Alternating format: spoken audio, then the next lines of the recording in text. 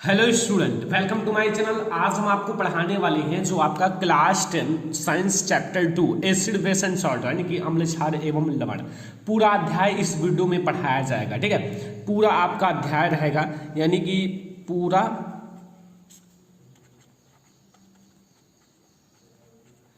अध्याय। ठीक है, पूरा अध्याय इसलिए पढ़ाऊंगा कि आपको पार्ट ढूंढने की जरूरत ना पड़े और बहुत अच्छे से समझाया जाएगा। अब इसका पीडीएफ मैं आपको अगले वीडियो में प्रोवाइड करूंगा। ठीक है, आपको लिंक दे दूंगा, आप डाउनलोड कर लेना। इसमें इसलिए नहीं कर रहा हूं क्योंकि इसको अभी पढ़ाने के बाद इसका पीडीएफ बनाया जाएगा, तब आपको दिया जाएगा। ठीक है, एक दिन के बाद आपको दे दिया जाएगा। और अगर आप चैप्टर फर्स्ट रासायनिक अभिक्रिया एवं समीकरण चैप्टर नहीं देखे हो तो लिंक इस वीडियो के डिस्क्रिप्शन में है, जाके देख लो, या फिर प्ले लिस्ट बन चुका है, वहां से आप लोग देख सकते हो। तो सबसे पहले आप देखो एसिड। सबसे पहले इस चैप्टर में आपको समझना है अम्ल क्या होता है। अम्ल, ठीक है, अम्ल को आपको बहुत बेहतरीन समझ में आ जाएगा। अम्ल देखो, अम्ल जो होता है ना, अम्ल मतलब वैसे तो पहले जानते थे कि अम्ल स्वाद में खट्टा होता है, बट अब आपका एक बहुत ही सटीक सा मैं आपको परिभाषा बताऊंगा कि वे पदार्थ जो जलीय विलयन में हाइड्रोजन आयन यानी कि हाइड्रोजन आयन का अर्थ है H+ आयन देते हैं, अम्ल कहलाते हैं। तो अम्ल का तो नाम समझ में आ गया। अम्ल क्या होता है? वे पदार्थ जो जलीय विलयन में हाइड्रोजन आयन यानी कि H+ आयन देते हैं, अम्ल कहलाते हैं। ठीक है, अब अम्ल में कोई दिक्कत नहीं होगा। एग्जाम्पल मैं आपको बता दूं, फिर आप लोग जान देना। ठीक है, यहां है HCl, ये क्या है? हाइड्रोक्लोरिक अम्ल। ठीक है, एंड HNO3, ये क्या है? नाइट्रिक अम्ल है। ठीक है, अब देखो इसमें कैसे आपके मतलब ETC लिख दो, कैसे इसमें हाइड्रोजन आयन होते हैं उसे मैं आपको बताता हूँ। हाइड्रोजन आयन इसमें कैसे होते हैं? हाइड्रोजन आयन देखो, पहले मैं आपको अम्ल यानी कि HCl में बताता हूँ। HCl, ठीक है, HCl, ठीक है, HCl में कैसे होता है? देखो यहाँ आपको अगर तोड़ना है तो यहाँ क्या करना पड़ेगा जानते हो? ये 2 हैंडेड आपको लगाना पड़ेगा। ठीक है, अब यहाँ देखो H जो है ना, H+ आयन में टूट गया, मतलब H+ आयन में टूटा अर्थात अम्ल है, और इसमें H+ आयन है, और अगर H+ आयन में टूट गया तो इसमें अम्ल है। ठीक है, एंड प्लस Cl- आयन। ठीक है, तो इससे आपको पता चला कि ये H+ आयन है। ये अगर H+ आयन है तो अगर जलीय विलयन में टूट गया, ठीक है, तो आपका अम्ल है। दूसरा कैसे हुआ?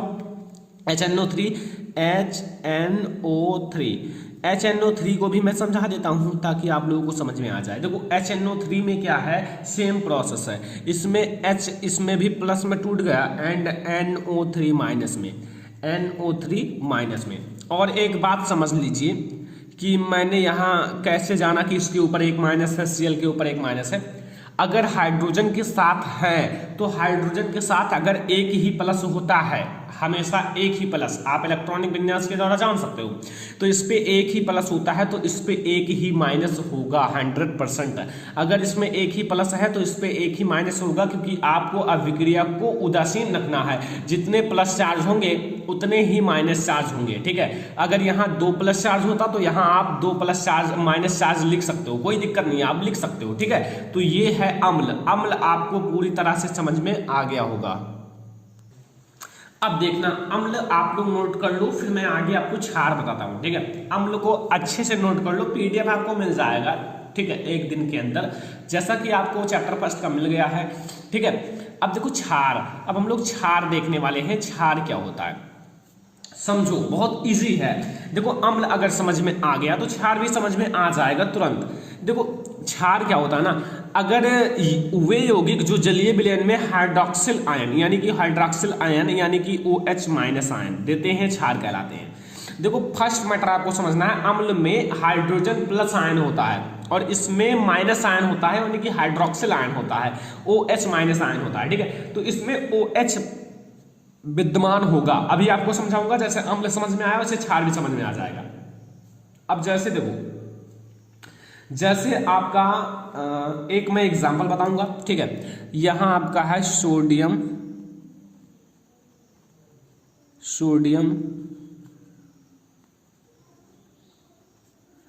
हाइड्रोक्साइड।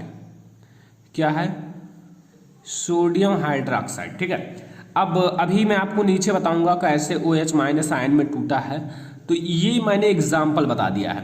और जो मैं लिखने जा रहा हूँ उसे भी आपको बोर्ड एग्जाम में लिख कर आना है, ठीक है। जो मैं लिखने जा रहा हूँ उसे आप जरूर बोर्ड एग्जाम में लिखना, तब आपको बहुत अच्छे समझ जाएंगे एग्जामिनर की बच्चे ने पढ़ा है अच्छे से।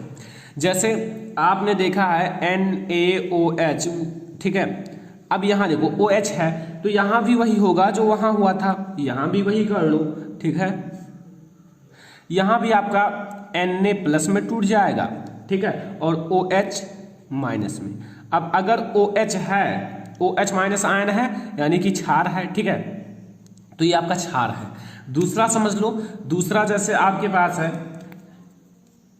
NH4OH, ठीक है, तो भाई NH4OH है तो ये भी वही काम है।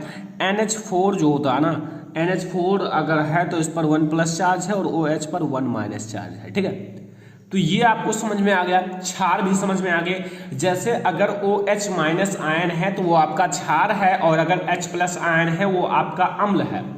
दोनों कंफ्यूजन आपके दूर हो गए होंगे क्योंकि बहुत इजी है अगर आप लोग नोट्स में अपने नोट कर लोगे तो, ठीक है। तो अब हम लोग इसके बाद समझने वाले हैं इंपॉर्टेंट टॉपिक लवण के बारे में।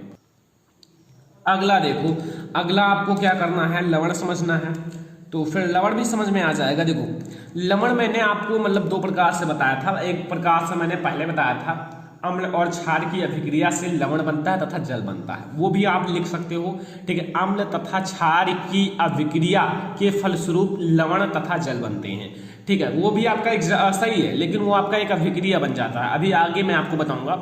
तो वैसे आप लवण को समझ लो, लवण के बारे में, ठीक है। लवण क्या होता है, देखो लवण जो है वे पदार्थ जिनके जलीय विलयन में हाइड्रोजन आयन यानी कि H प्लस आयन, ठीक है, के अतिरिक्त कोई अन्य धनायन, मतलब समझना ये आपका धनायन है, ये आपका धनायन होना चाहिए, लेकिन इसके अतिरिक्त कोई और अन्य धनायन, मतलब H प्लस आयन आपका धनायन है बट उसके अतिरिक्त कोई अन्य धनायन तथा हाइड्रोक्सिल आयन, ये हाइड्रोक्सिल जो आपका ये अम्ल है H प्लस आयन और ये आपका OH माइनस क्षार है, तो हाइड्रोक्सिल आयन OH माइनस के अतिरिक्त कोई अन्य ऋणायन होना चाहिए, तो वही आपका लवण कहलाता है।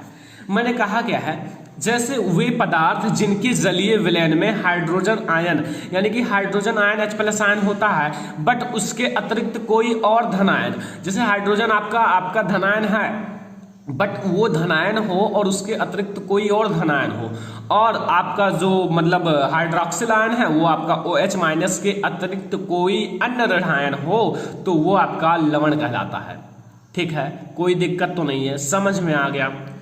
अब भाई कैसे मैंने कहा है आपको मैं समझा देता हूं। जैसे आपका एग्जाम्पल है, एग्जाम्पल क्या है, जिंक सल्फेट, ठीक है, जिंक सल्फेट, जिंक सल्फेट, ठीक है। जिंक सल्फेट को मैं आपको एक छोटा सा एग्जाम्पल से समझाता हूं। Zn से जिंक, SO4 से सल्फेट, ठीक है, ZnSO4 होता है इसका सूत्र। अब देखो इसको बताता हूं, अभी और भी एग्जाम्पल मैं आपको बताऊंगा, ठीक है। यहां आप समझ लो पहले, ठीक है। अब ये इसके अतिरिक्त देखो इसमें दो धनायन, एक धनायन एक ऋणायन आएगा। जैसे H प्लस आयन के अतिरिक्त Zn प्लस आयन आ गया, उसके अतिरिक्त ये है, और OH माइनस आयन के अतिरिक्त SO माइनस, नहीं इस पर +2 होता है और इस पर -2 होगा। अगर +2 होगा तो उस पर -2 होगा, अगर उस पर -2 है तो इस पर +2 होगा। तो ये आपको समझ में आया। और एग्जाम्पल इसके अतिरिक्त समझ लो, इसके अतिरिक्त आपका एग्जाम्पल है, जैसे क्या है मैं आपको बता देता हूं,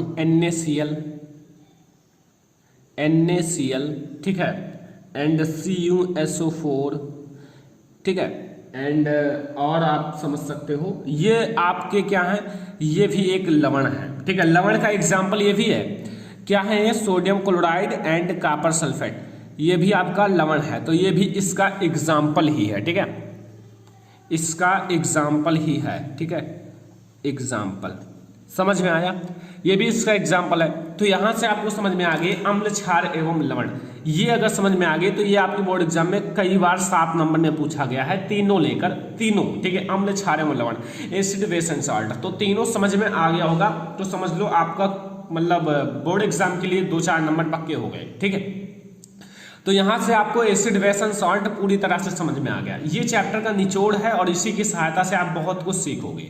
अम्ल क्षार एवं लवण चैप्टर का नाम है, तो इसका मतलब उसका कोई मतलब कर्तव्य होगा, उसका काम है। ठीक है, तो अब आपको आगे बहुत सारी चीजें समझाने वाला हूं, बहुत सारे इंपॉर्टेंट टॉपिक्स हैं। ठीक है, तो चलो फिर देखते हैं। अब समझो आगे एक टॉपिक आता है सूचक, काफी इंपॉर्टेंट टॉपिक है, आपको समझना है। ठीक है, सूचक क्या है जैसे आपको समझना है, अभी आपको समझ में आ जाएगा 100%। देखो, अम्ल क्षार सूचक हुए पदार्थ हैं, जैसे अम्ल क्षार सूचक हुए पदार्थ हैं जिनका अम्लीय विलयन में एक रंग तथा क्षारीय विलयन में दूसरा रंग हो जाता है। आपने सुना होगा कि जो है ना मतलब सूचक, यानी कि अगर एक मिथाइल ऑरेंज एक सूचक है, ठीक है, फिनाफ्थलीन भी एक सूचक है। तो जैसे आपने सुना होगा कि अम्लीय विलयन में अगर मिथाइल ऑरेंज को डाला जाए तो ये लाल हो जाता है, जबकि क्षारीय विलयन में क्या हो जाता है, पीला हो जाता है। तो वो सब सूचक का काम है। अब देखो यहाँ आपको पहले सूचक का अगर परिभाषा देखा जाए तो इतना ही है कि अम्ल क्षार सूचक वे पदार्थ हैं जिन अम्लीय विलयन में एक रंग तथा क्षारीय विलयन में दूसरा रंग हो जाता है। ठीक है, सूचक जो है ना उसका अम्लीय विलयन में अलग रंग होगा, क्षारीय विलयन में अलग रंग होगा। ठीक है, एग्जाम्पल के साथ समझा दूं। एग्जाम्पल है, देखो मिथाइल ऑरेंज एक नारंगी सूचक है। अगर बात की जाए, जो मिथाइल ऑरेंज है नारंगी रंग का होता है, एक सूचक है लेकिन वो नारंगी रंग का सूचक है। कौन? Methyl orange. जब मिथाइल ऑरेंज की एक बूंद, जैसे मिथाइल ऑरेंज है, अगर आप एक बूंद HCl में डाल दो, HCl यानी कि अम्लीय विलयन में मिलाया जाए, तो अगर आप मिथाइल ऑरेंज को HCl में, आपको एग्जांपल से समझा, HCl में डाल दोगे तब उसका रंग लाल हो जाता है, अर्थात नारंगी से लाल हो जाएगा। ठीक है, यानी कि जो HCl का विलयन है वो लाल रंग का हो जाएगा। और अगर क्षारीय विलयन में मिला दिया जाए तो पीला हो जाता है, अर्थात अगर NaOH विलयन में मिला दिया जाए तो वो नारंगी से पीला हो जाएगा। अब मैं आपको अभी नहीं समझ में आया तो मैं आपको बता देता हूं कैसे समझोगे। देखो, अगर देखो मिथाइल ऑरेंज है, अब आप लोग समझ जाओगे, मिथाइल ऑरेंज, ठीक है, मिथाइल ऑरेंज है। ठीक है, अब इसे अगर हम अम्लीय विलयन में डाल दें, किस में डाल दें? अम्लीय विलयन में। और अगर आपने अम्लीय विलयन में डाल दिया तो इसका रंग कैसा हो जाएगा? लाल हो जाएगा। याद रखना, कैसा हो जाएगा? लाल हो जाएगा। ठीक है, लाल हो जाएगा। अब देखो, अगर इस मिथाइल ऑरेंज को, किसको? ये जो मिथाइल ऑरेंज है, मिथाइल ऑरेंज, मिथाइल ऑरेंज को क्षारीय विलयन में डाल दें, किस में डाल दें? क्षारीय विलयन में। ठीक है, और अगर आपने क्षारीय विलयन में डाल दिया तो ये पीला हो जाएगा। कैसा हो जाएगा? पीला हो जाएगा। ठीक है, तो ये आपको लिख लेना है, क्योंकि कभी भूलो ना। ठीक है, भूलने की प्रक्रिया यह नहीं है। अगर आप कोई भी चीजें हमारे साथ पढ़ रहे हो तो उसको बिल्कुल रट लो, बिल्कुल याद कर लो, बिल्कुल समझ लो यार। अगर आप पढ़ रहे हो तो जिंदगी भर समझ में आ जाएगा, अगर इस चैप्टर को 2 से 3 बार देखोगे तो। ठीक है, और आप कभी नहीं भूलोगे। ठीक है, मिथाइल ऑरेंज क्या है? नारंगी सूचक है। अगर उसे अम्ल में डाला जाता है तो लाल, तथा क्षार में डाला जाता है तो पीला हो जाता है। ठीक है, अब समझ में आ गया होगा, कोई दिक्कत नहीं होगा। तो यहां से एक सूचक है, और सूचक एक मिथाइल ऑरेंज भी एक रंजक है। ठीक है, अब इसके बाद एक चीज और समझने वाले हैं, जिसका अम्लीय विलयन में अलग रंग तथा क्षारीय विलयन में अलग रंग होता है। ठीक है, तो यहां से आपको ये सारी चीजें समझ में आ गई होंगी। अब हम लोग अगला टॉपिक देखेंगे। अब समझो फिनोल्फ्थलीन के बारे में। नाम सुना होगा, क्लास 8th में था। ठीक है, अब नाम सुना फिनोल्फ्थलीन के बारे में। फिनोल्फ्थलीन क्या है? देखो, अगर बात किया जाए, जो सूचक होता है उसमें जो मिथाइल ऑरेंज होता है वो तो नारंगी रंग का होता है, बट ये फिनोल्फ्थलीन जो है ना, वो फिनोल्फ्थलीन एक रंगहीन पदार्थ होता है। फिनोल्फ्थलीन का कोई रंग नहीं होता, लाल पीला हरा नीला, वो एक रंगहीन पदार्थ है, मतलब उसका कोई रंग नहीं होता है। आई होप पानी जैसा होता है। ठीक है, अब अम्लीय विलयन में रंगहीन रहता है। अगर इसे अम्लीय विलयन में डाला जाए तो भी यह रंगहीन होता है, मतलब वो उस पर कोई इफेक्ट नहीं डाल पाता। जो फिनाफ्थलीन है वो अम्ल पर कोई इफेक्ट नहीं डाल पाता, जैसा है वैसा रहेगा, ठीक है। और अगर आप क्षारीय फिनाफ्थलीन के एक बूंद क्षारीय विलयन में मिला दो तो वो लाल रंग का हो जाता है। अब भाई बहुत दिक्कत हुआ, कुछ नहीं दिक्कत है, फिनाफ्थलीन जो है ना वो क्षारीय विलयन में लाल रंग का होता है और मिथाइल आरएन जो है ना वो अम्लीय विलयन में लाल रंग का होता है। ऐसे आप दोनों को याद कर सकते हो, ठीक है। फिनाफ्थलीन जो होता है ना वो क्षारीय विलयन में लाल रंग का होता है, जबकि जो आपका मिथाइल आरएन है वो अम्लीय विलयन में लाल रंग का होता है।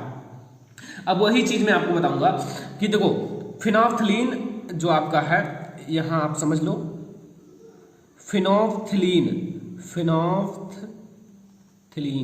ठीक है। फिनाफ्थलीन में अगर आप क्या करो, इसमें प्लस अम्ल मिला दो, यानी कि अम्लीय विलयन मिला दो। क्या मिला दो? अम्लीय विलयन मिला दो। तो अगर इसमें आपने अम्लीय विलयन मिलाया तो क्या होगा बताओ? कुछ नहीं, रंगहीन ये होता है और रंगहीन ही रहेगा अगर आपने अम्लीय विलयन मिलाया है। और अगर आपने इसमें क्षारीय विलयन मिला दिया, जो फिनाफ्थलीन है, फिनाफ्थलीन में अगर आपने प्लस क्षारीय विलयन मिला दिया, क्या मिला दिया? क्षारीय विलयन। तो अगर आपने इसमें क्षारीय विलयन मिला दिया ना तो ये किस रंग का हो जाएगा? लाल रंग का हो जाएगा, ठीक है। देखो ये चीजें आपको समझ में आ गई। फिनाफ्थलीन अम्लीय विलयन में रंगहीन तथा क्षारीय विलयन में लाल रंग का होता है। 3 स्टेप याद रखना है। क्या?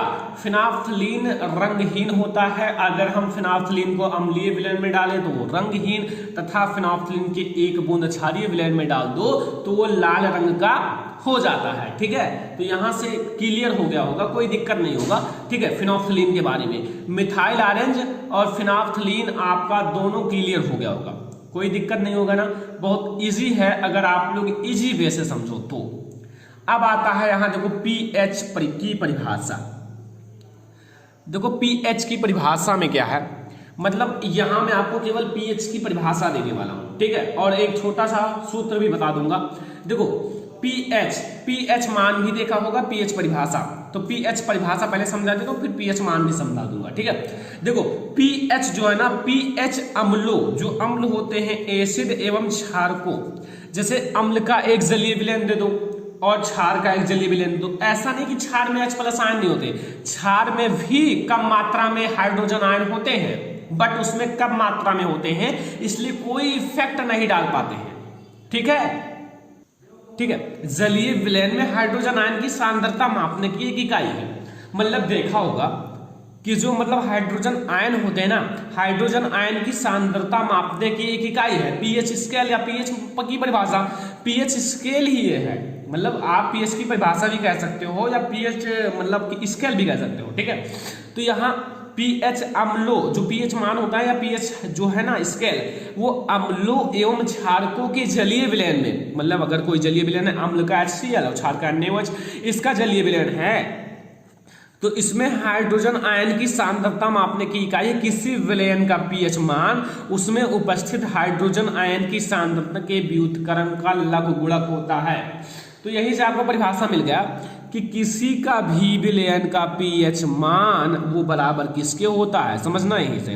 पीएच मान उसमें उपस्थित हाइड्रोजन आयन, उसमें उपस्थित हाइड्रोजन आयन, मैंने हाइड्रोजन आयन लिख लिया, ठीक है, के हाइड्रोजन आयन के व्युत्क्रम का लघुगुणक होता है।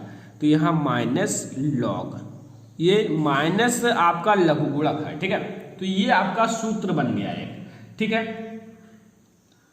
और यहां से आपको ये चीज समझ में आ गया होगा, कोई दिक्कत नहीं होगा, ठीक है। तो ये आपका एक सूत्र बन गया, एक अच्छा सा परिभाषा बन गया, और पीएच की परिभाषा भी आपको समझ में आ गया होगा, ठीक है। अभी जो आपकी लॉन्ग टॉपिक है वो तो पीछे हैं, क्योंकि बहुत इंपॉर्टेंट है, जो पीछे वाले हैं 7 नंबर में आते हैं, ठीक है। और वो आपको पढ़ना बहुत ज्यादा जरूरी है, क्योंकि अगर बोर्ड एग्जाम में आ गया और 7 नंबर छूट गया तो आपका बहुत बड़ा % चला जाएगा। तो अब ये आपको समझ में आ गया पीएच की परिभाषा। नोट कर लो सभी स्टूडेंट, नोट्स बना लो अभी से। मैं कह रहा हूँ चैप्टर फर्स्ट प्रोवाइड कर दिया गया है, लिंक इस वीडियो के डिस्क्रिप्शन में देख लेना। और चैप्टर 2 पढ़ा रहा हूँ, चैप्टर 3 आपको 2 दिन में मिल जाएगा, ठीक है, बहुत जल्द मिलेगा। तो ये आपका हो गया अब हम लोग आगे बढ़ेंगे।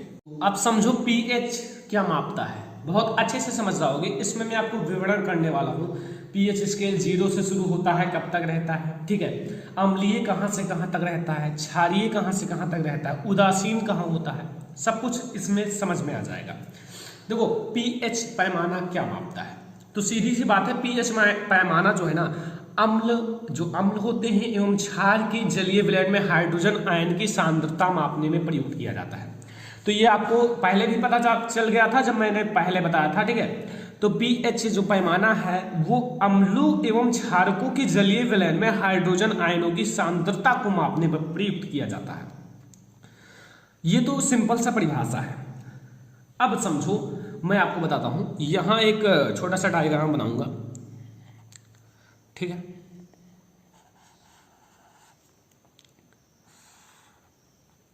ठीक है, कोई दिक्कत नहीं। ऐसे बनाने के बाद यहां मैंने थोड़ा नीचे हो गया तो यहां एक और लाइन खींच दो, ये ठीक है। यहां देखो समझना, अभी आपको समझ में आ जाएगा। यहां आपको लिखना है 0, क्या लिखना है 0, यहां लिखना है 1, यहां लिखना है 2, यहां लिखना है 3, यहां लिखना है 4, यहां लिखना है 5, यहां लिखना है 6 और यहां 7। अब इधर आ जाओ, यहां 8, यहां 9, यहां 10, यहां 11, यहां 12, यहां 13 एंड यहां 14, ठीक है। ऐसे आपको लिखना है 1 to कितना तक, 14 तक। 14 तक अगर आपने लिख लिया तो अब आपको करना क्या है, इतना लिखने के बाद आप लोग ऐसे बना लो, ठीक है। अब यहां आप समझो, अब आपको पता चल जाएगा अम्ल और क्षार के बारे में। देखो अम्ल जो होता है ना, अम्ल ये है, ठीक है, यहां तक नहीं है, हाँ यहां तक आपका है, बट यहां आपका उदासीन हो जाता है, उदासीन 7 पर आपका उदासीन होता है, ठीक है। और यहां से आप बढ़ चलो क्षार की, ये क्षार, मतलब अगर कोई भी अम्ल है तो अम्ल का यहां 0 से शुरू होगा और यहां 7 तक जाएगा पीएच मान, ठीक है, 0 से 7 तक जाएगा। और अगर 7 से 14 तक गया तो वो आपका क्षार है, ठीक है। अगर 7 से 14 पीएच मान गया तो वो आपका क्षार है, ठीक है, समझ में आया। अब देखो अम्लीय शक्ति का बढ़ता हुआ क्रम, ठीक है, तो ये आपको समझ में आ गया। अगर आप इधर की तरफ चलोगे तो अम्लीय शक्ति बढ़ेगी, क्योंकि जितना कम पीएच मान होगा तो उतना ही ज्यादा वो खट्टा होगा, उतना ही ज्यादा वो अम्लीय होगा, ठीक है। समझ में आ गया ना ये चीज। पीएच मान आप पढ़ोगे, थोड़ा आप लोग पढ़ना, ठीक है। जैसे आपका उदासीन विलयन का पीएच मान 7 होता है, तो आपको पता है, ठीक है, मतलब कुछ चीजें आपको पता होगा, ठीक है। अब अगर बात किया जाए तो जो आपका कैल्शियम फास्फेट, ठीक है, जिसका पीएच मान 5.5 से कम पर संक्षारण होता है, तो ये आपको समझ में आ गया। पहली बात तो आपको ये समझ में आ ही गया होगा, पीएच मान जो पीएच पैमाना है पूरा समझ में आ गया, यही है पीएच पैमाना, यही चीज है पीएच पैमाना। बस ये अम्ल हो गया और ये आपका उदासीन हो गया और ये आपका क्षार हो गया, बस यही इतना समझना था पीएच पैमाना के बारे में। तो यहाँ तक आपको हर एक चीज समझ में आ ही गया होगा, कोई दिक्कत नहीं होगा। अब हम लोग समझने वाले हैं एक अभिक्रिया के बारे में, जो कि बहुत इंपॉर्टेंट है और आपको समझना ही पड़ेगा, ठीक है। अब देखो ये आपका क्या है, उदासीनीकरण अभिक्रिया, काफी इंपॉर्टेंट है, एनसीईआरटी में है ये, ठीक है, उदासीनीकरण अभिक्रिया। तो अब उदासीनीकरण अभिक्रिया क्या है। अब भाई अगर आप लोग समझना, अगर लवण बनाने के लिए आ जाए तो भी आप ये अभिक्रिया लिख सकते हो, या फिर उदासीनीकरण अभिक्रिया आ जाए तो भी आप ये अभिक्रिया लिख सकते हो। तो अब आपको समझना है उदासीनीकरण अभिक्रिया। तो उदासीनीकरण अभिक्रिया के अंतर्गत जैसे अम्ल एवं क्षारक की अभिक्रिया के परिणाम स्वरूप, जैसे अम्ल की अभिक्रिया करा जाए और क्षार की अभिक्रिया करा जाए, अगर अम्ल और क्षार की अभिक्रिया करा जाएगा ना तो लवण तथा जल बनेगा। दो चीजें बनेंगी, वो है लवण तथा जल। जैसे अम्ल एसिड है एंड आपका सॉल्ट है, यानी सॉरी क्षार है, अम्ल और क्षार की अभिक्रिया अगर कराओगे तो लवण बनेगा, और लवण बनेगा साथ में जल भी बनेगा, तो जल भी बनेगा और लवण भी बनेगा, ठीक है, प्राप्त होता है। तथा इस अभिक्रिया को उदासीनीकरण अभिक्रिया भी कहते हैं। मैं आपको इसे दो अभिक्रिया के साथ समझाऊंगा, ठीक है, दो अभिक्रिया के साथ समझाऊंगा। तो यहां से उदासीनीकरण अभिक्रिया समझ में आ गया। अम्ल एवं क्षार की अभिक्रिया के परिणाम स्वरूप लवण तथा जल प्राप्त होता है। क्या प्राप्त होता है? लवण तथा जल प्राप्त होता है, तथा इस अभिक्रिया को उदासीनीकरण अभिक्रिया कहते हैं। तो अब आपको मैं दो एग्जाम्पल के साथ बताता हूं और आपको 100% समझ में आ जाएगा। फर्स्ट समझो, फर्स्ट आप लोग समझना। फर्स्ट जैसे आपका है NaOH, ये क्या है? ये आपका है क्षार। क्या है? OH लगा है ना, इसलिए क्षार है। और ये है HCl। HCl क्या है? अम्ल है, क्योंकि इसमें H प्लस आयन और Cl माइनस आयन है, ठीक है, H plus ion Cl minus ion. अब देखो यहां आपको लवण बनेगा, जैसे NaCl, ठीक है, प्लस H2O, जल भी बचेगा, ठीक है। अब देखो मैं आपको सबको लिख देता हूं, ये है आपका क्या? क्षार या फिर क्षारक, ये है अम्ल, ये है लवण, लवण इसे आप नमक भी कह सकते हो, ठीक है, एंड ये है जल। तो ये देखो, अगर यहां देखो अम्ल लिया गया, क्षार लिया गया, या अम्ल पहले ले लो, या अम्ल लिया गया, अम्ल लेने के बाद क्षार लिया गया और इसकी अभिक्रिया करा गई तो लवण बना, लवण के साथ क्या बना? जल बना, ठीक है, बहुत इजी है। दूसरा समझो, दूसरा जो आपका है, यहां फर्स्ट आपको समझ में आ गया होगा। दूसरा क्या है? जैसे दूसरा मैंने ले लिया KOH प्लस मैंने अभिक्रिया करा दी HCl से, सेम है बट थोड़ा चेंज है, केवल यहाँ पोटेशियम हाइड्रोक्साइड कर दिया, गामा सोडियम हाइड्रोक्साइड। तो यहाँ KOH आपका हट गया और यहाँ KCl बनेगा प्लस H2। सेम प्रोसेस है, ये भी आपका अम्ल है, ये भी क्षार है, ये भी लवण है, और ये भी क्या है? जल है। तो ये आपको समझ में आ गया उदासीनीकरण अभिक्रिया, सेम प्रोसेस है और आपको ये सारा समझना होगा। आपको यही आपका लवण बनने की प्रक्रिया भी है। लवण अगर पूछा जाए परिभाषा तो ये भी बता सकते हो जो ये मैंने बताया है, ठीक है। तो यहां से आपको समझ में आ गया उदासीनीकरण अभिक्रिया विथ दो रिएक्शन के साथ, और आपको अब कोई दिक्कत नहीं होगा क्योंकि बहुत अच्छे से समझ में आ गया होगा।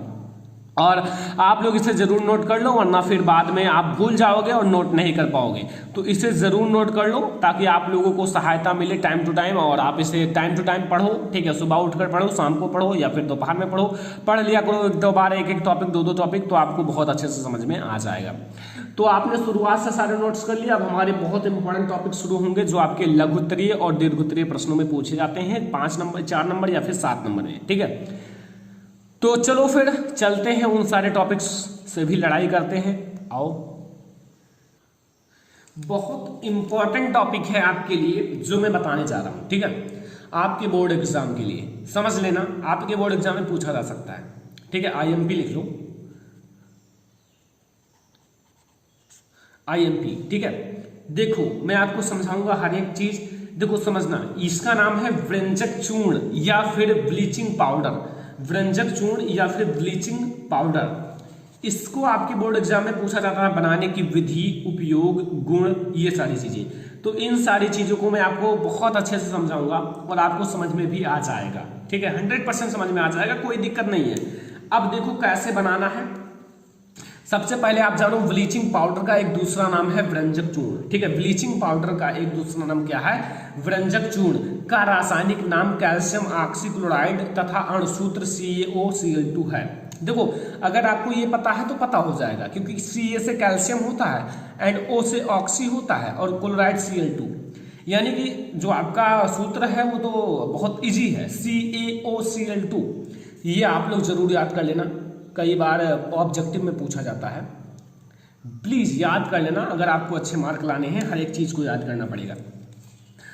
तो यहां आपको ये चीज याद करना है, CaOCl2 ये होता है जिसका सूत्र व्यंजक चूर्ण का। आपसे कोई पूछे व्यंजक चूर्ण का सूत्र क्या होता है तो आपको तुरंत बताना है CaOCl2। कोई पूछे ब्लीचिंग पाउडर का तो सेम वही है, CaOCl2 बता देना। ये दोनों चीजें एक है, केवल नाम दूसरे का, मतलब जैसे नाम इसका दो है, ठीक है, एक ब्लीचिंग पाउडर, एक है व्यंजक चूर्ण। तो यहां आपको सबसे पहले मैंने यही बताया है कि ब्लीचिंग पाउडर का जो नाम क्या है, रासायनिक नाम और अणुसूत्र। ठीक है, अब मैं आपको बताऊंगा बनाने की विधि।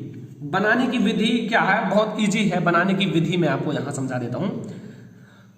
बनाने की विधि में आपको कुछ नहीं करना है, यहां मैं थोड़ा सा लिख देता हूं। ठीक है, रेड से लिख देता हूं। आपको बोर्ड एग्जाम में रेड पेन का यूज मत करना, मैं यहां कर लेता हूं। ठीक है, यह सूखे, क्या है, सूखे, देखो समझना, अभी आपको समझ में आ जाएगा, मैं आपको रिएक्शन के साथ समझाऊंगा। सूखे बुझे हुए, ये पेन थोड़ा हल्का चल रहा है। ठीक है, चूने, सूखे बुझे हुए चूने। ठीक है, जैसे सूखा बुझा हुआ चूना पर जैसे जल ना मिला हो, और क्या मतलब, हाँ नहीं जल मिला हो। ठीक है, मतलब सुखा दिया जाए उसे, क्लोरीन की क्रिया, क्लोरीन की क्रिया से प्राप्त होता है। बहुत इंपॉर्टेंट है और मैंने बहुत छोटा बता दिया है, बस इतना आपको समझना है। बस बनाने की विधि में बस इतना ही है। देखो क्या समझना है, बहुत इजी है ना, लग रहा होगा अब तो इजी लग रहा होगा, क्योंकि सीधा लिखा हुआ है। यह जो है ना, यह सूखे बुझे हुए चूने पर क्लोरीन की क्रिया से प्राप्त होता है। बुझा हुआ चूना का सूत्र आपको पता होगा, क्या है, CaOH का होल ट्वाइस। ये आपको समझना है। अब इस पर सूखे बुझे हुए चूने पर क्लोरीन की अभिक्रिया करना है, तो यहां यही बनाना है, यही चीज। ठीक है, तो इस पर आप क्लोरीन की अभिक्रिया कर दो Cl2 से। ठीक है, इस पर जब आप क्लोरीन की अभिक्रिया करोगे तो यहां आप एरो लगा दो, गिव्स आउट, तो आपको क्या प्राप्त होगा। देखो यहां से आप Ca ले लो, Ca ले लो। ठीक है, यहां से एक O बाहर ले लो, एक वो मैंने बाहर ले लिया। अब यहां से Cl2 ले लो। ठीक है, यहां से Cl2 ले लो, Cl2 प्लस बचेगा क्या, H2। तो यही है आपका व्यंजक चूर्ण। क्या है, क्या है ये आपका, क्या है, ये है व्यंजक चूर्ण। क्या है, व्यंजक चूर्ण। व्यंजक चूर्ण जैसे आपका फार्मूला मिल गया वो Cl2, तो आपको समझ जाना है कि वो व्यंजक चूर्ण है। ठीक है, तो यहां से आपको व्यंजक चूर्ण कैसे बनाना है पता चल गया होगा। यह सूखे बुझे हुए चूने पर क्लोरीन की अभिक्रिया से प्राप्त होता है। तो मैंने यहाँ सूखा बुझा हुआ चूना लिया और यहाँ क्लोरीन की अभिक्रिया कराई और आपको व्यंजक चूर्ण प्राप्त हो गया। ठीक है, यहां से व्यंजक चूर्ण समझ में आ गया। अब देखो हम लोग इसके गुण देखने वाले हैं। गुण देखो, पहला समझो, पहला है, यह हल्के पीले रंग का ठोस पदार्थ होता है। ये कैसा होता है, हल्के पीले रंग का होता है, हल्का पीला होता है। ठीक है, लेकिन ठोस होता है, ठोस अवस्था में, यानी कि ठोस पदार्थ होता है। हल्के पीले रंग का कौन सा पदार्थ होता है, ठोस पदार्थ होता है। ठीक है, और दूसरा है, इसमें क्लोरीन की गंध आती है। समझो क्लोरीन की गंध क्यों आती है, क्योंकि इसमें क्लोरीन की अभिक्रिया ही कराई गई है। और अगर आप क्लोरीन की अभिक्रिया ही कराओगे तो इसमें थोड़ी क्लोरीन की गंध जरूर आएगी। तो ये दोनों चीजें आपको समझ में आ गई। फर्स्ट, ये हल्के पीले रंग का ठोस पदार्थ होता है। सेकंड, इसमें क्लोरीन की गंध आती है। अब तीसरा मैं आपको रिएक्शन बताऊंगा, चौथा भी ये समझ लो फिजिकल प्रॉपर्टी है, भौतिक गुण है, और ये आपकी केमिकल रिएक्शन यानी कि आपका रासायनिक गुण है। ठीक है, जिसमें रिएक्शन है वो रासायनिक गुण हो जाता है। देखो, लेकिन आप गुण में ये सब लिख सकते हो एक साथ। इसे जल में घोलकर गर्म करने पर क्लोरीन गैस निकलती है। अगर इसे आप जल में घोल दो, मतलब घोल बना लो और इसे गर्म करो, आप हीट करो, गर्म करो, तो क्या होता है, इसमें से कौन सी गैस निकलती है, क्लोरीन गैस निकलती है। और इसका जलीय विलयन दुधिया होता है। इसका जलीय विलयन कैसा होता है, दुधिया कलर का होता है, दुधिया रंग का होता है। अब अगर रिएक्शन के साथ मैं समझाऊं तो आप समझ जाओगे। देखो मैंने कहा है इसे जल के साथ गर्म करना है, तो इसका सूत्र पहले लिख लो, CaOCl2। ठीक है, अब इसे आप जल के साथ गर्म कर लो, यानी कि H2O, इसके साथ गर्म कर लिया। अब अगर आप इसके साथ गर्म करोगे तो समझना सेम प्रोसेस है। देखो यहां आपको मिलेगा CaOH का whole twice plus chlorine gas बाहर निकल गई, यानी कि क्लोरीन गैस बाहर निकलती है। देखना एक चमत्कार देखिए छोटा सा, इसका रिएक्शन जो है ना उसी का उल्टा कर दिया गया है, CaOCl2 प्लस जल कर दिया गया और इसे उधर लिख दिया गया, इसे इधर। तो कुछ मिला लो, सेम प्रोसेस है ना, CaOCl2 प्लस H2 और उसको उधर इसको उधर, बस यही किया गया है, छोटा सा काम किया गया है, इसको उल्टा कर दिया गया है रिएक्शन को, ठीक है। तो ये आप ट्रिक जान लो।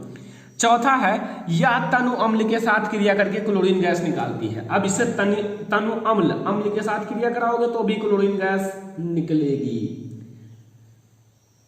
अब चलो हम अम्ल के साथ भी क्रिया करा लेते हैं, CaOCl2 और इसको कराना है H2SO4, ये भी आपका अम्ल है, ठीक है, सल्फ्यूरिक अम्ल। और इसको अगर आप क्रिया कराओगे तो क्या निकलता है, ठीक है, इसमें से निकलेगा क्या, क्लोरीन गैस। तो यहाँ पहले आप लिख लो, हाँ ठीक है, यहाँ पहले आपका निकलेगा CaSO4 plus H2 plus Cl2, ये क्लोरीन गैस इसमें से भी बाहर निकल रही है, ठीक है, एरो लगा दिया है तो बाहर निकल रही है। तो ये आपको समझ में आ गया होगा, बहुत इजी है अगर आप लोग समझते हो तो, ठीक है। तो ये आपको समझना था। व्यंजक चूर्ण का मैंने आपको बता दिया जो बनाने की विधि है एंड गुण है। अब इसका उपयोग देख लेते हैं। उपयोग अगर आप लोग समझ जाओगे तो फिर सब कुछ क्लियर हो जाएगा व्यंजक चूर्ण के बारे में, ठीक है। तो चलो उपयोग को देख लेते हैं फटाफट। देखो उपयोग क्या है, फर्स्ट समझो। फर्स्ट है क्लोरोफॉर्म बनाने में, क्या बनाने में, क्लोरोफॉर्म बनाने में, ठीक है। यहाँ अभी हम लोग बेकिंग सोडा के बारे में पढ़ेंगे क्लोरोफॉर्म बनाने में। सेकंड क्या है, सेकंड है पेय जल को जीवाणु रहित बनाने में, जैसे पीने वाला जल है उसको जीवाणु मुक्त बनाने में, जीवाणु को गायब करना, ठीक है। और तीसरा है ऑक्सीकारक के रूप में, जैसे प्रयोगशाला है उन सब में इसका प्रयोग किया जाता है। तो यहाँ आपको इसका उपयोग भी समझ में आ गया। तीन उपयोग मैंने बताया है, क्लोरोफॉर्म बनाने में, सेकंड है पेय जल को जीवाणु रहित बनाने में, थर्ड है ऑक्सीकारक के रूप में, ठीक है। तो यहाँ से आपको ये चीजें समझ में आ गई होंगी, कोई दिक्कत तो नहीं है। नोट बना लो, नोट बनाने पर बहुत ज्यादा फायदा है। अगर आप लोग अभी नहीं समझ पाओगे तो फिर बाद में पछताओगे। दूसरा आपको समझना है इंपॉर्टेंट प्रोसेस और important topic, baking soda. Baking soda बनाने की विधि और उसका गुण बताऊंगा, ठीक है। बनाने की विधि और उसका गुण बताने वाला हूं। बेकिंग सोडा ये सब बहुत इंपॉर्टेंट है। तो बेकिंग सोडा पहले आपको मैं बता दूं इसका अणुसूत्र और रासायनिक नाम। बेकिंग सोडा का रासायनिक नाम क्या है, सोडियम बाइकार्बोनेट है। क्या है, सोडियम बाइकार्बोनेट है, सोडियम बाइकार्बोनेट है। एंड इसका जो अणुसूत्र होता है NaHCO3, बहुत इजी है। Na से सोडियम, H से बाई, CO3 से कार्बोनेट, सोडियम बाइकार्बोनेट, ठीक है। इसका आपको रासायनिक नाम भी याद रखना है और अणुसूत्र भी याद रखना है। रासायनिक नाम है सोडियम बाइकार्बोनेट और इसका अणुसूत्र है NaHCO3, ठीक है। अब हम लोग देखेंगे बनाने की विधि, बहुत इजी है बनाने की विधि इसका, ठीक है। बनाने की विधि बहुत इजी है। देखो यह सोडियम हाइड्रोक्साइड के सांद्र विलयन में, सोडियम हाइड्रोक्साइड के सांद्र विलयन में अधिक मात्रा में कार्बन डाइऑक्साइड गैस प्रवाहित करने पर प्राप्त होता है। देखो क्या करना है, यहाँ सोडियम हाइड्रोक्साइड का फार्मूला आपको आगे बताया गया है जब मैं क्षार पढ़ा रहा था। OH समूह यानी कि NaOH, Na से सोडियम, OH से हाइड्रोक्साइड। तो सोडियम हाइड्रोक्साइड का आपको सांद्र विलयन लेना है, ठीक है। और सांद्र विलयन में अधिक मात्रा में कार्बन डाइऑक्साइड, बहुत ज्यादा मात्रा में कार्बन डाइऑक्साइड गैस को प्रवाहित करना है। कार्बन डाइऑक्साइड गैस ही तो है, CO2। तो यहाँ आपको प्रवाहित करना है तो आपका बन जाएगा, बट ये 2 हैंड रिएक्शन है, 2 चरण में होगा। चलो फिर समझते हैं। 2NaOH सोडियम हाइड्रोक्साइड, इसमें आपको क्या प्रवाहित करना है, CO2 आपने प्रवाहित कर दिया। अब आपका बनेगा Na2CO3 प्लस H2O। अभी आपका बना है केवल सोडियम कार्बोनेट। Na2CO3 क्या है, सोडियम कार्बोनेट है। अभी केवल आपका सोडियम कार्बोनेट बना है। अभी हमें और भी रिएक्शन कराने, इस चीज को आगे ले आओ। Na2CO3 एंड प्लस आप इसमें जल प्रवाहित कर लो और सॉरी H2O रहने दो, जल प्लस CO2 प्रवाहित कर लो, ठीक है। H2O पानी प्लस जल, सॉरी आपका Na2CO3 यानी कि सोडियम कार्बोनेट और जल और प्लस CO2। अब यहाँ आपका सीधा 2NaHCO3 प्राप्त हो जाएगा और यही आपका क्या है, सोडियम बाइकार्बोनेट है। क्या है, सोडियम बाइकार्बोनेट।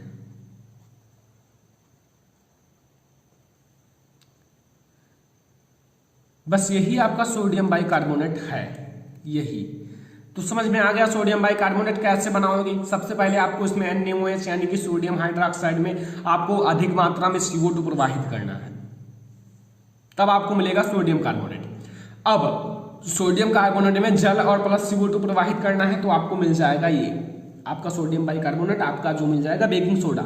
यही आपका बेकिंग सोडा भी है और यही आपका सोडियम बाइकार्बोनेट भी है, यही आपका सब कुछ है। ठीक है, ये इसको आप खाने वाला सोडा भी कह सकते हो, बगल में लिखा था बट मैंने ध्यान नहीं दिया। खाने वाला सोडा, बेकिंग सोडा को खाने वाला सोडा कहते हैं। ठीक है, खाने वाला सोडा याद रखना। अब आगे कुछ नहीं है, गुड़ देख लो। गुड़ क्या है, फर्स्ट यह एक सफेद क्रिस्टलीय जल में अल्प विलेय पदार्थ है। यह एक सफेद रंग का होता है, मतलब सफेद रंग का क्रिस्टलीय पदार्थ है या क्रिस्टलीय ठोस है जो जल में अल्प विलेय है। जल में बहुत अच्छे से विलेय नहीं होता, अल्प विलेय है और इसका जलीय रंग अम्लीय होता है। इसका जलीय रंग क्या होता है, अम्लीय होता है। किसका, खाने वाला सोडा का। तो ये इसका जलीय रंग अम्लीय होता है। अब हम लोग आगे देखेंगे, बस इसका हम एक रिएक्शन देख लेंगे फिर काम खत्म हो जाएगा। आपका जो बेकिंग सोडा है, यह तनु अम्ल दिख रहा है ना, यह तनु अम्ल के साथ क्रिया करके लवण, जल तथा CO2 गैस निकालता है। यह तनु अम्ल, जैसे अम्ल है, तनु अम्ल के साथ क्रिया करके क्या निकालता है, लवण, जल तथा CO2 गैस निकालता है। वाह, बहुत कुछ निकाला। चलो फिर देखते हैं अभी क्रिया करके। इसका सूत्र तो आपको पता है, NaHCO3। NaH यानी ये HCO3। अब यहां आपको क्या करना है ना, 2 मॉलिक्यूल इसके लेने हैं। ठीक है, नहीं, आपको अम्ल के साथ या अम्लों के साथ क्रिया करके लवण तथा कार्बन डाइऑक्साइड यह निकलता है। सॉरी, यहाँ तो नहीं लो, एक ही लो, कुछ नहीं है यहाँ आगे आपको नहीं लेना। प्लस आपको HCl से अभिक्रिया कराना है। ठीक है, अगर आप HCl से अभिक्रिया कराओगे तो यहाँ NaCl बन जाएगा, प्लस मैंने कहा नहीं जल बनेगा, प्लस CO2 बनेगा, निकलेगा ऊपर की। ठीक है, अब देखो समझना। अब ये एक हो गया, बस यही मैंने एक रिएक्शन है, इसको हटाया है, समझना। यहाँ NaHCO3 का जब अम्ल के साथ क्रिया कर गया तो NaCl यानी कि लवण बना, जल बना तथा CO2 गैस निकला। एक रिएक्शन और समझ लो, जब यहाँ 2NaHCO3 लेते हैं और यहाँ H2SO4 लेते हैं तो यहाँ आपका क्या निकलेगा, Na2SO4 प्लस वही चीज है 2H2O प्लस 2CO2। ठीक है, तो ये आपको समझना क्या था इसमें मेन चीज। अगर ये किससे क्रिया करता है, अम्ल के साथ क्रिया करता है तो लवण, ये आपका लवण है, जल है तथा कार्बन डाइऑक्साइड गैस बनाता है। बस इतना ही समझना था और इतना आपको समझ में आ गया होगा कि नहीं समझ में आया, आ गया ना। अगर आ गया हो तो अच्छी बात है, बहुत अच्छी बात है। ठीक है, अब देखो अगला है धामन सोडा, यानी कि धोने वाली सोडा का बनाने की गुण और सब कुछ।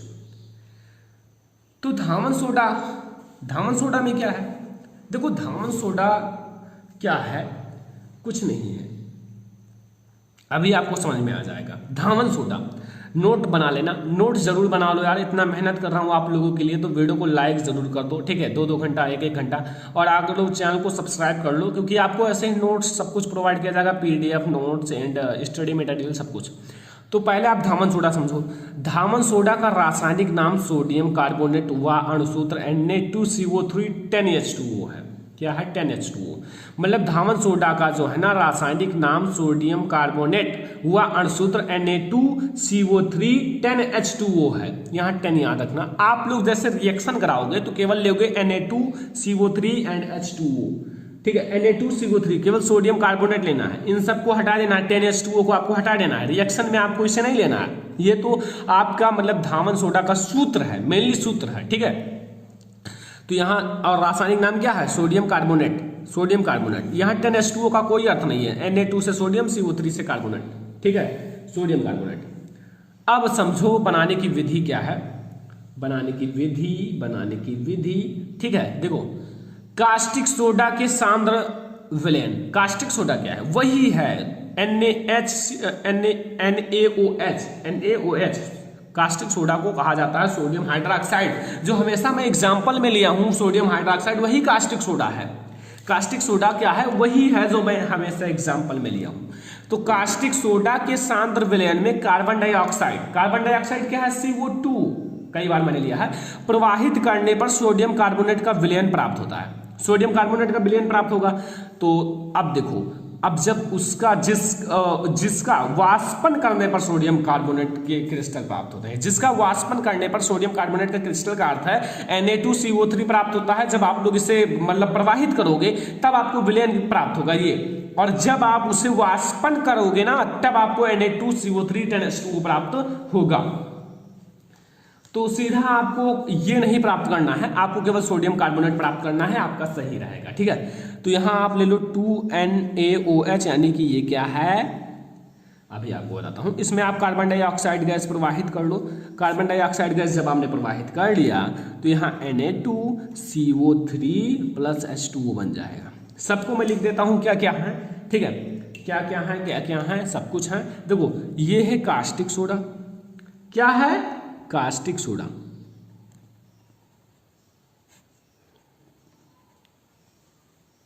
सोडा केवल, ठीक है, कास्टिक सोडा। देखो ऊपर ये सॉरी लिख नहीं गया, थोड़ा आपको अटपटा लग रहा होगा, सोडा, ठीक है। ये क्या है, ये क्या है, कार्बन डाइऑक्साइड, जान जाओगे या फिर लिख दें, हटाओ, ये है सोडियम कार्बोनेट।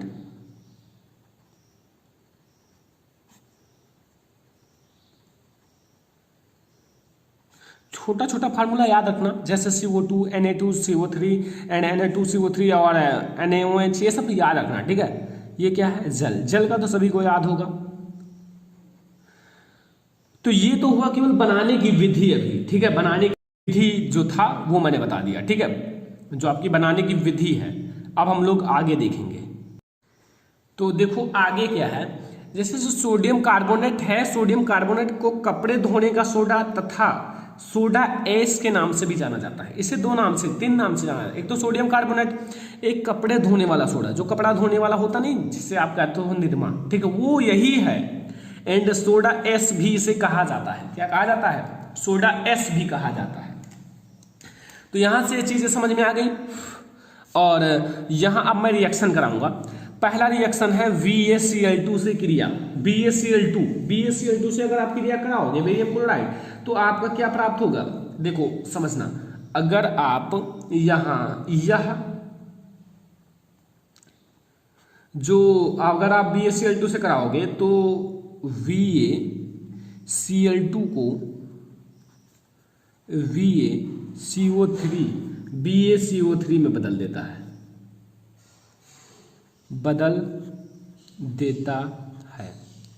जो रिएक्शन भी देख लो इसी के साथ। जैसे VaCl2, इसका रिएक्शन कराना है Na2CO3 से, ठीक है, Na2CO3 से, तो यहां प्राप्त क्या होगा, वही मैंने कहा ना, BaCO3 में बदल देगा, BaCO3 प्लस 2NaCl। तो ये पहला हुआ BaCl2 से क्रिया, BaCl2 से क्रिया करेगा तो BaCl3 में बदल देगा, BaCO3 में, ठीक है, समझ में आया, कोई दिक्कत नहीं होगा अभी तो वैसे। अब देखो दूसरा SO2 से क्रिया, SO2 से अगर क्रिया करेगा तो क्या प्राप्त होगा, देखो अगर ये SO2 से क्रिया करेगा तो वही सोडियम बाइसल्फाइड प्राप्त होगा। दो चरण में है, देखो मैं यहां लिखूंगा नहीं, सीधा आपको रिएक्शन समझाता हूं। Na2CO3 जब करेगा ना किससे, SO2 से, तो यहां प्राप्त होगा क्या, Na2SO3 प्लस CO2, ये तो आपका प्राप्त होगा, ठीक है, प्राप्त हो गया। अब क्या प्राप्त होगा, इसी चीज को दोबारा करना है, यही रिएक्शन है Na2CO3 and plus 2SO2 and प्राप्त होगा 2NaHSO3 प्लस CO2। बस यही प्राप्त होगा। यहां देख लो ये क्या है, ये क्या है आपको पता होगा, ये है सोडियम, Na से सोडियम नहीं दिख रहा है, सोडियम, H से होता है बाई, मैंने बताया था H से क्या होता है बाई, SO3 से होता है सल्फाइड, ठीक है। तो यहां से आपको समझ में आ गया होगा SO2 से क्रिया, SO2 से क्रिया, ठीक है, SO2 से। अब देखो इसका उपयोग समझ लो, फिर अगला टॉपिक देखेंगे, ठीक है। इसका उपयोग फर्स्ट, इसका उपयोग कपड़ा धोने में किया जाता है। आपको पता होगा कि इसका उपयोग किस में किया जाता है, कपड़े धोने में किया जाता है, ठीक है। किस में किया जाता है, कपड़ा धोने में किया जाता है। एंड दूसरा है जल की कठोरता दूर करने में, इसका उपयोग जल की कठोरता को दूर करने में, जैसे जल बहुत ज्यादा कठोर है तो इसका उपयोग करोगे तो वो जल में बदल जाएगा, ठीक है। तो ये था आपका बहुत ज्यादा इंपॉर्टेंट आपका धामन सोडा के बारे में। और धामन सोडा में ये दोनों रिएक्शन भी पूछा जाता है साथ में, जैसे आपसे पूछा जाएगा धामन सोडा की बनाने की विधि लिखिए तथा VaCl2 तथा SO2 के साथ क्रिया कराइए, ठीक है, रासायनिक समीकरण देखिए। तो ये आपके लिए काफी इंपॉर्टेंट टॉपिक है, इसलिए मैंने आपको बता दिया और आप लोगों को समझ में आ भी गया होगा, कोई दिक्कत नहीं होगा आई होप। और अगर दिक्कत हो तो आप लोग बताना, ठीक है, फिर से कराया जाएगा। वैसे दिक्कत नहीं होना चाहिए क्योंकि बहुत अच्छे से समझाया गया है, ठीक है। अब अगला हमारा टॉपिक आने वाला है बहुत ही इंपॉर्टेंट, 4 नंबर लघुत्तरीय के लिए बहुत इंपॉर्टेंट। चलिए देखो टॉपिक बहुत अच्छा है, plaster of Paris, plaster of Paris, plaster of Paris. देखो जिप्सम को, जिप्सम का सूत्र क्या होता है जानते हो, जरूर जानते होंगे, ठीक है। जिप्सम जैसे CaSO4 2H2, ठीक है, ये जिप्सम है। 120 से 130 डिग्री सेल्सियस ताप, आप देखो ताप इसमें बहुत इंपॉर्टेंट है, ये चीज आपको याद होना चाहिए तभी आपका सही रहेगा। ये चीज आपका याद होना चाहिए, ठीक है, ये चीज आपको याद होना चाहिए, सॉरी कुछ पर गर्म करने पर प्लास्टर ऑफ पेरिस बनता है, यही बनाने की विधि है, ठीक है, कोई दिक्कत नहीं है। तो यहां आपको मैंने बताया क्या है कि जो जिप्सम है, जिप्सम को 120 से 130 डिग्री सेल्सियस पर अगर आप गर्म कर दो तो प्लास्टर ऑफ पेरिस बन जाएगा, प्लास्टर ऑफ पेरिस क्या हो जा बन जाएगा, ठीक है। अब समझ में तो आ ही गया होगा, वैसे कोई दिक्कत नहीं होगा, अगर नहीं समझ में आया है तो मैं बता देता हूं। देखो क्या करना है,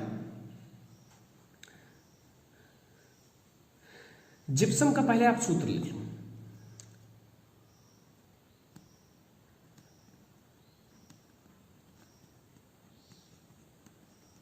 ठीक है, लिख लिया।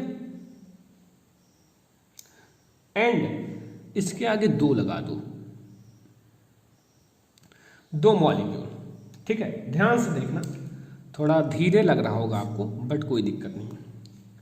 एंड यहां 120 से 130 डिग्री सेल्सियस लिख लेना, ठीक है।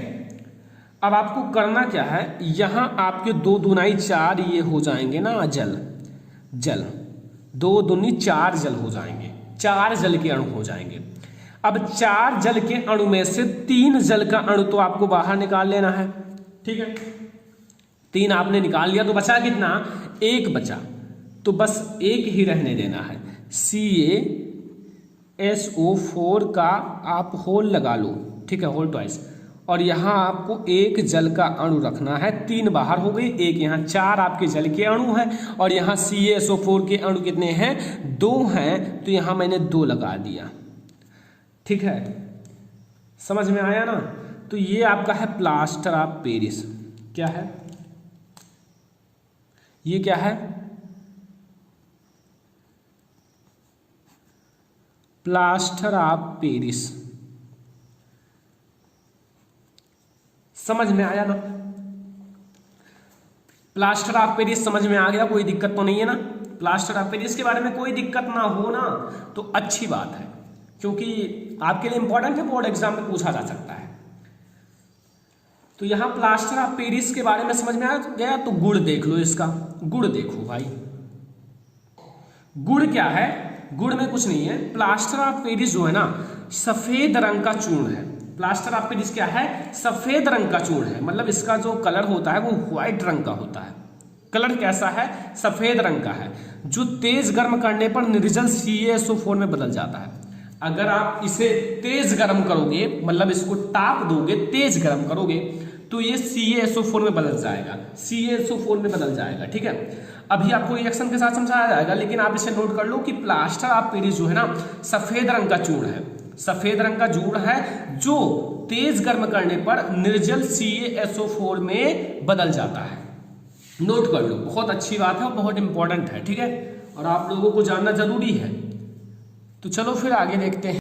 देखो अब समझो, अब समझने की बात है कि इसकी रिएक्शन को समझ जाओ।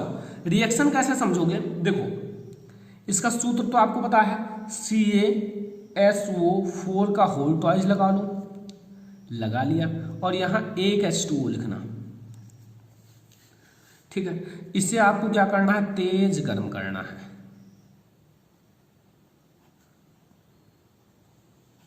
तेज गर्म कर लिया भैया, ठीक है, हीटर उटर जला लो, नहीं ऐसी बात नहीं है। तो यहाँ आपका 2CaSO4 प्लस H2O में टूट जाएगा। तो यही तो मैंने कहा है परिभाषा में, ये दो कोई माने नहीं, 2 4 8 जो लिख जाए आगे उसका कोई माने नहीं। तो यहाँ CaSO4 में टूट गया, तो यही मैंने कहा है कि अगर आप प्लास्टर ऑफ पेरिस को तेज गर्म करोगे ना तो ये आपका टूट जाएगा। जैसे CaSO4 में यहाँ टूटा, CaSO4 में टूट गया। कोई दिक्कत तो नहीं है ना, सब कुछ समझ में आ रहा है। ठीक है, अब समझना उपयोग, इसका मैं आपको समझा देता हूं। उपयोग समझ लो, उपयोग जैसे फर्स्ट है, तो यहां उपयोग समझो। फर्स्ट है शल्य चिकित्सा में प्लास्टर के रूप में। प्लास्टर समझते हो, जब आपका हैंड कहीं से क्रैक हो जाए या फिर लेग कहीं से क्रैक हो जाए तो वहां जब बांधा जाता है ना, प्लास्टर बहुत टाइट रहता है, अगर किसी के सिर पर मार दो ना तो सिर दो हो जाए, वही होता है, यही होता है प्लास्टर। दूसरा समझो साँचे और मॉडल बनाने में। जैसे साँचा होता है ना, किसी चीज का साँचा बना दिया गया तो उसी में बार बार बनाया जाता है। जैसे साँचा बना दिया गया तो उसी में आप उस चीज को बार बार बना सकते हो उस मटेरियल को डालकर। मॉडल बनाने में, मॉडल कोई मॉडल है उसे बनाने में। मूर्तियां व खिलौना बनाने में, जो मूर्तियां होती हैं देखते हो मिट्टियों का बना होता है, खिलौना जो होता है, ठीक है, इन सब चीजों का बना होता है जो बहुत कठोर होता है। जो इन सारी चीजों का बना होगा वो बहुत कठोर होगा। ठीक है, तो यहां से ये सारी चीजें समझ में आ गई। देखो फाइनली जो है ना आपका चैप्टर इंड हो गया है, क्योंकि आपके चैप्टर में इतने ही टॉपिक हैं जो आपके लिए बहुत अच्छे हैं, और इतने ही टॉपिक हैं। पूरा मैंने एनसीईआरटी जांच कर लिया, पूरा मैंने बुक उठाया, बुक को बहुत इधर उधर पलटा, लेकिन मुझे इतने ही टॉपिक मिले और बहुत अच्छे अच्छे टॉपिक्स हैं। अगर आप इसे कंप्लीट कर लोगे तो आपका ये चैप्टर बिल्कुल समाप्त हो जाएगा। बात है पीडीएफ की, तो पीडीएफ मैं आपको बता दूं आज कल आपको दिया जाएगा, मतलब आपको वीडियो के जरिए दिया जाएगा। अगर आप नहीं जान पाते हो तो सर्च कर लेना सरमन लेक्चरर अम्ल क्षार एवं लवण पीडीएफ, ठीक है, वीडियो, तो आपको मिल जाएगा। या फिर आपको पीडीएफ दे दिया जाएगा जल्द ही, बस इसका पीडीएफ बन जाए आप लोगों को प्रोवाइड कर दिया जाएगा। ठीक है, अब करना क्या है, इतना मेहनत अगर मैं कर रहा हूं तो आप लोग वीडियो को लाइक कर देना, चैनल को सब्सक्राइब कर देना, वीडियो को अपने फ्रेंड्स के साथ शेयर कर दिया करो ताकि उन्हें भी मदद मिल सके, वो भी स्टडी कर सकें अच्छे से, क्योंकि बहुत अच्छे से स्टडी कराई जा रही है। तीसरे चैप्टर के लिए आपको 1 से 2 दिन का इंतजार करना होगा। आपको जो चैप्टर 2 है वो आपका इतिहास का मिल जाएगा। ठीक है, जो आपका क्या है हिस्ट्री, अभी मैंने चैप्टर 1 उसमें भी पढ़ाया है, यूरोप में राष्ट्रवाद का उदय, चैप्टर 2 भी पढ़ा दूंगा। तो वैसे आपको समझ में आ गया हो तो केवल वीडियो को लाइक करना है, शेयर करना है, अगर चैनल पर नए आए हो तो सब्सक्राइब कर लेना है। इतना करने के बाद आप कमेंट करो, जो कमेंट करोगे उसे मैं जरूर पूरा करूंगा। ठीक है, जब आप लोग सब्सक्राइब करते हो तो नोटिफिकेशन आ जाता है किसने सब्सक्राइब किया किसने नहीं। ठीक है, तो जल्दी से चैनल को सब्सक्राइब कर लो। Thank you.